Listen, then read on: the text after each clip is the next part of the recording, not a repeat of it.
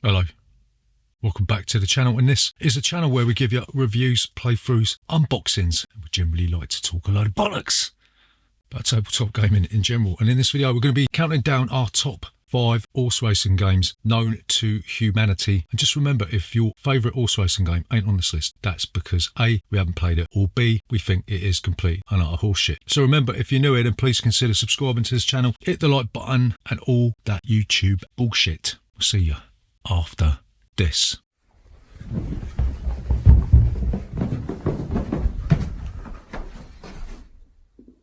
Bollocks.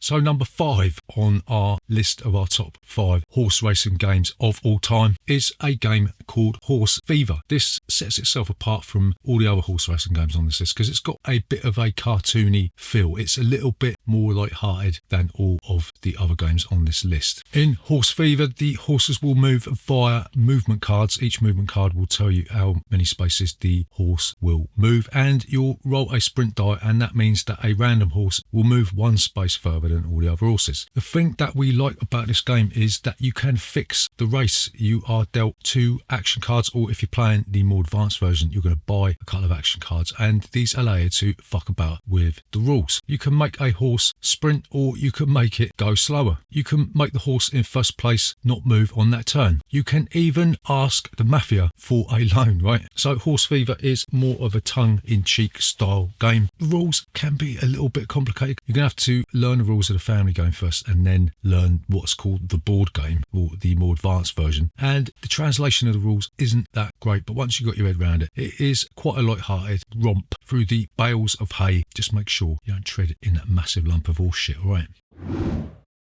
So number 4 on our list of our favourite horse racing games is a game by the venerable board game designer Rainer Knizia. It is Winner's Circle, or I can't remember, was it called Raw Turf or something?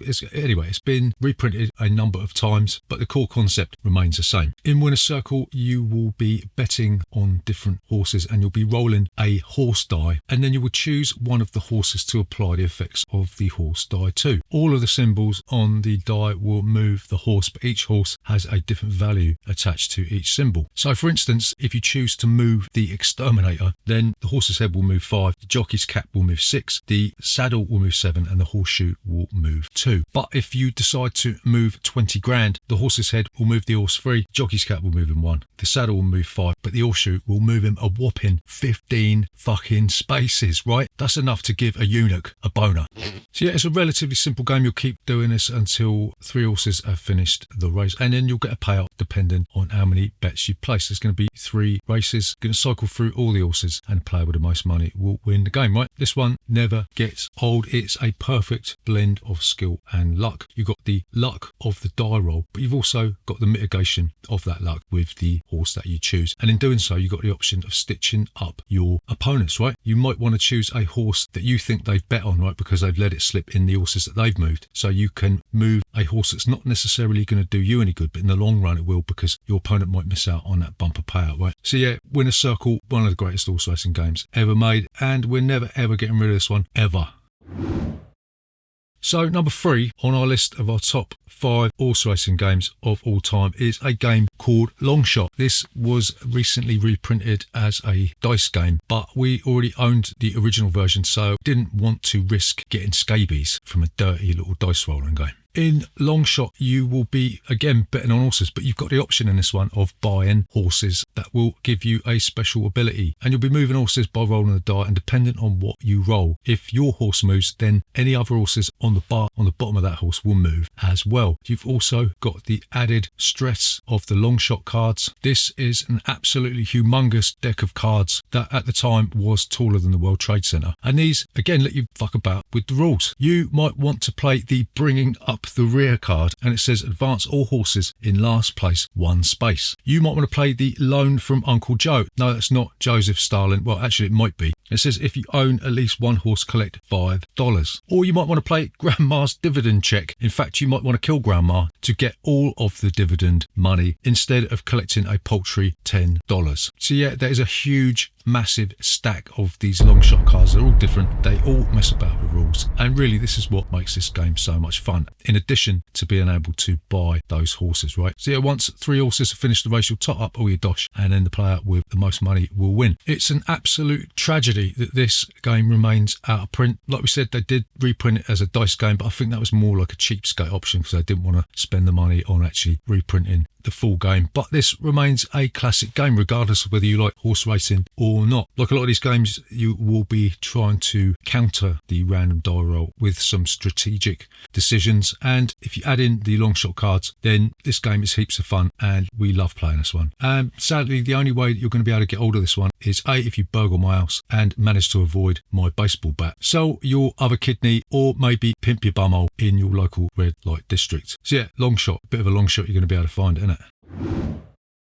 So number 2 on the list of our top 5 favourite horse racing games is a relatively new game that's literally only just come out over the last couple of weeks. If you're watching this in the future, then please disregard that comment because you haven't travelled back in time, right? Even though you might think you have. So this game is Ready, Set, Bet. This game gives you a choice. You can either use an app, or if you're one of those fat balding Luddites, then you can use the analog version, which allows you to roll dice and actually move physical tiny little wooden horses on a nice little board, right? We recommend that you use an app but with a larger screen because it's really unplayable using a phone or an iPad, right? But in this game, you will be either rolling dice, something which we're not going to talk about anymore because somebody's going to have to sit out the game and do that, which is a no-no. But in this game, the app will be rolling dice and the horses will be moving a certain number of spaces. If that horse gets rolled twice in a row, then they will move a certain number of spaces dependent on what their number is. So the lower the odds of the horse moving, i.e. if you roll a 2 or 3, then they will move 3 spaces. But the number 7, because it's more likely to be rolled, won't move any extra spaces at all. Whilst the race is going on in real time, you'll be placing your betting chips onto the main board. You can place them on a horse to win. You can say that the horse is going to place, which means it's going to come in first or second. Or you can bet on the horse to show, which means it's going to come in first, second or third. You've also got various other bets where you could say that the colour of a horse may come lower than another, and you've got some exotic bets which can get a little bit complicated because there's too much to remember, and generally a lot of people don't actually go there, even though these give you the bumper payouts, right? Once 3 horses have cleared the red line, then you're not going to be able to place any more bets, so this increases the tension. Are you going to spunk your betting chips up the wall early just to get them on the table, or are you going to be more conservative and wait till the very last minute before you empty your sack? But anyway, once one horse finishes the race is over, and then you'll get payouts based on the bets that you made. There's also the addition of VIP cards. These give you special benefits after the first round. You might get extra money for a certain horse coming in first, or you might just get a load of cash from the bank, right? For no reason at all, because banks love giving people money, don't they? But yeah, Ready, Set, Bet is a real-time horse racing game that is absolutely phenomenal. It's great at parties. It plays up to 9 players, and we can't recommend this one highly enough. It's absolutely fantastic, and had it not been for number 1, then this would have been number 1.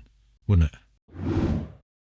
So number 1 on our list of our top 5 horse racing games is Arvo Caesar. And I can hear a lot of people out there saying this isn't a horse racing game because it's a chariot racing game. I've got news for you, anchors. It's got fucking horses in it. In Arvo Caesar, you'll be taking control of a chariot with a horse attached to it, and you'll have a deck of cards with numbers from 1 to 6 on it, right? You'll draw 3 cards from your deck, and on your turn, you'll play a card and you will move your chariot that many spaces forward. The thing you've got to worry about is that if you are in the lead, you cannot play a 6, right? So that is going to screw you up. So you don't want to be in the lead all the time. Further to this, there's also bottlenecks, which means that only one horse can move through that bottleneck at a time. So you could deliberately block your opponents who are behind you from moving in front of you. Another thing you've got to be mindful of is when you finish a lap, you have to go up Caesar's alley and throw him a coin, right? No, that is not the second bum sex reference in this video, right? But yeah, you have to chuck Caesar a coin and shout at the top of your voice, Arvo Caesar. If you don't do this by the penultimate lap, then you're not going to be able to finish the game, right? So you'll keep doing this. You'll do 1 solitary lap lap, and the player that finishes in first place will be the winner. Arvo Caesar is an exercise in simplicity. I mean, I've just taught you the game in literally 1 to 2 minutes, right? But it's got just enough strategy in it to make it really, really exciting. It's just a shame that, again, this one is out of print. They did reprint it about 10 years ago, but for some reason, it wasn't as good as the original Ravensburger version, right? But yeah, Arvo Caesar is not only one of the best horse racing games of all time, but it's also one of the best board games of all time. So if you can find it, I urge you to pick this one up. You won't be disappointed by it. You're not going to find an Uwe Rosenberg style lump of strategy in this one. You will find the 6 players who are playing the game shouting and jeering at each other and cursing their luck when they're stuck behind a bottleneck and cheering when they play that 6 card and storm into the lead, right? So there you go. That is our top 5 horse racing games of all time. Remember, if you're new here, then please consider subscribing to this channel. Leave a comment down below, hit the like button and all that YouTube bullshit. I'll see you next Tuesday.